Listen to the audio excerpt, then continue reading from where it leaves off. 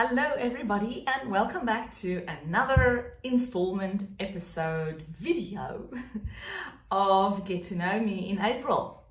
Now today we are talking about what comes to my mind when I think of autumn. Since autumn is just around the corner, well, it's technically here if you look at the date, but it's not all that cold yet for me to really be thinking of it as autumn. But when I think about autumn, it brings to mind the obvious things like leaves falling, and to us that means lots of work because we have fruit trees and our fruit trees drop their leaves when the winter comes. So that means we will be raking, gathering, doing what it is that you do to get heaps and heaps of leaves together and put them in our bin. So that's exciting because it means we are going to work a few weekends to get that sorted. And I also think of some nicer things, which are warm leggings and boots. Woohoo! I love those. If you know me, you would have seen I wear boots through winter. Well, and that includes autumn too, because I get cold really quickly. Very easily. I'm usually the one in the office saying, oh, it's too cold. At council meetings, you'll know, I'm the one like, no. And then I sit there with like jumpers and jackets and coats and things on, and I am the cold one. So yes, me and cold, we don't gel. But what I do appreciate or enjoy of the cold is the fact that I can wear my jackets, or my coats probably more appropriate, because I do like leggings with boots and then a long coat, and I have a specific one that is like, I want to say fluffy. It's not fluffy, but it feels like I'm wearing a doona. You know, these padded ones that you get these days. So whenever I put that one in, it's like I'm getting into my bed and I'm like, oh, so nice and comfy and homely and warm and fuzzy. So I do really enjoy that. I also really like soup. And of course, with winter here, that's or autumn basically as a prelude to the winter, that's something that I do make a lot of. We recently bought a Thermomix, if you follow us on our 100 Sunsets series that we travel around Australia, you would have noticed that we say that we have a Thermomix that we took onto our trip, as well as our bread machine, and I still love those two machines to bits. And the Thermomix is quite handy because it can actually make some soup as well, so that's cool, you know, quick and easy if you're a busy mum, if you've got lots of kids, gazillion sometimes like I have. Then it's easy to just throw the stuff in the Thermomix. No, I'm saying Thermomix, I mean Vitamix. Oh goodness, how could I get that wrong?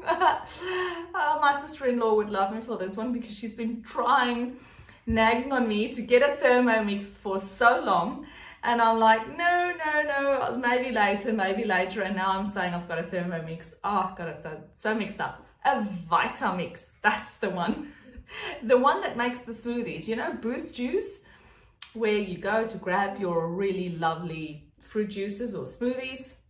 They use Vitamixes, and so that's the one that I have as well, that Carl lovingly bought for me for my 42nd birthday last year, at the end of last year. And yes, I just love it. So if I'm not making smoothies, which is what I usually do during summer, I'm really often making soup for us in the winter. And again, as I said, the bread machine is another thing because we love making our own bread. No, I'm not one of those who stand there and knead every time or every day with the bread. I'm one of those who open the machine and I pour in the ingredients. I do actually put the ingredients in myself. I don't buy pre-made bread mixes. I think we've done and dusted that aspect of it. We like to use a specific type or brand of flour, which is called Lork if you're in Australia, and we have tried literally I think everything on the market because we've been making our own bread for almost 3 years now, I'd say 2.5-3 years, And I mean regularly, as in if not every day, at least every second day. Because a big family like ours, you bake one bread, it lasts uno day. So we try and bake in some really healthy yumminess, especially for the children who don't always eat all the necessary things that you want them to eat. You know, if you've got kids, you'll know how hard it is to get kids to eat healthy stuff all the time. So I have found a good way for me is to bake some of that healthy yumminess into our breads. And so when the bread comes out, fluffy, beautiful, multigrain, it has got lots of pepitas in, which is the sunflower. No, not pepitas, it's the pumpkin kernels, and then I'll also add in the sunflower kernels. So lots of the pumpkin kernels and the sunflower kernels baked into our bread, which is yummy. I also add a mix of hemp seed and flaxseed flour in there, or ground flaxseed. And that goes over and above the multigrain log that we use as the base for that. The only thing that we add to that is then water and yeast. Well, about a teaspoon or so of yeast. And that goes into our bread machine every night. And in the mornings when we wake up, it's 6 or so a.m. I usually wake up with this amazing smell of freshly baked bread. You'll remember if you walk past the bakery, that smell that you get. Yeah, that's the smell that we have every morning. Now, whether that's a good or a bad thing, that's up to you to decide, because you can very easily just start picking into the bread and not stopping because it's so yummy. But I have been really trying hard not to just eat the whole bread at once when I see it in the morning. Instead, I might, when I make the boys sandwiches for school, I might just take like the sides and the ends of the bread, because I slice the whole bread immediately, well, once it's cooled down, but then I slice the whole bread from start to finish, and then I put some nice yummy butter on, nut legs, we use nut legs, and that's my little treat early morning. So soup and bread comes to mind for autumn for me, and the leggings, the boots, lots of leaves to pick up. And then the negative, the downside of winter for me, the biggest thing, apart from being cold, that I can deal with, and dogs barking, the reality of publishing life, is that I struggle to keep the kids busy during winter time. We're an outdoorsy kind of family. We're sporty, we go out, we do the thing, jump around, exercise, try and be active with the kids, and that 95% of the time entails being outside. So come winter in Perth, we have the rainy season during winter. And so it's not just all in cold, it's also darn wet. And little kids and rain and cold, it's not a good combination, because they go on the ground so often and they slip and they get really dirty and yucky. And anyway, so the things that we tend to then have to do with the kids during autumn and then also winter time are indoors kind of activities. Now, I can only do that much of colouring in with the kids, or I can only expect them to do that much colouring in. And of course, I don't want them to be on their iPads all the time. So we like to try and come out. We like to do a family activity every weekend. At this point in time, one of the kids we go on a rotating basis where each child has an opportunity to choose what we do as a family activity on the weekend.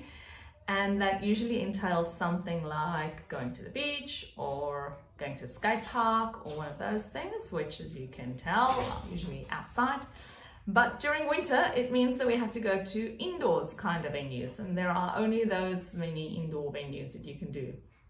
I really can only see that many indoor play centers.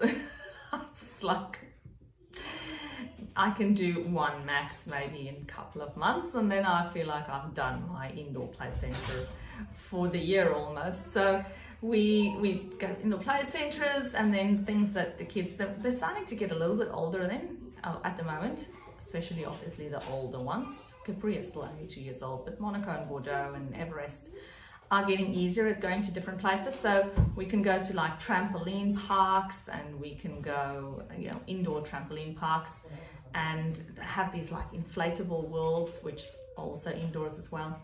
So those are the kinds of things. And cinema, you can do the cinema. You can try and do ten-pin bowling or something like that. But yeah, it gets a bit difficult because the options for indoorsy things and kids when it's cold and wet outside is tricky. I'm assuming for the people living in the UK, they just have a gazillion options that's indoors, because it's always cold there. Well, for me, it's almost always cold in the UK. We're just not geared for that kind of climate here, or those kinds of activities. If it's only just me and Carl, it's easy. We can easily just go to a restaurant and hang out, or take our iPads, or do something like that, our computers, and keep ourselves busy very easily. Shopping, very good to do that too. But with little kids that age, not so easy. So there you have it. That's what comes to mind for me with autumn. Oh, and the other thing that I do not really enjoy all that much about autumn is the fact that the sun only rises much later in the day. Again, it's not like the Northern Hemisphere in the UK I'm referring to actually, where the sun only rises at like 9 o'clock in the morning, and it goes down from 4 o'clock it starts being dark. So it's not that bad for us, but still I prefer like 5 o'clock, 5:30 for the sun to start rising, and I like a 8 o'clock for the sun to set. That's a kind of ideal timing for me. All right, guys and girls, thanks so much for watching. If you've been here all along, nice to see you enjoying sharing or listening to me, sharing more about my life and who I am and what I stand for and the things I believe in. I'd love for you to come back again tomorrow, but before you do that, please tell me in the comments below, what do you think about when autumn comes to mind, or what comes to your mind when you think about autumn? Do you love it? Do you hate it? What's your favorite activities to do? Thanks, guys and girls, and I'll see you in the next one. Adios.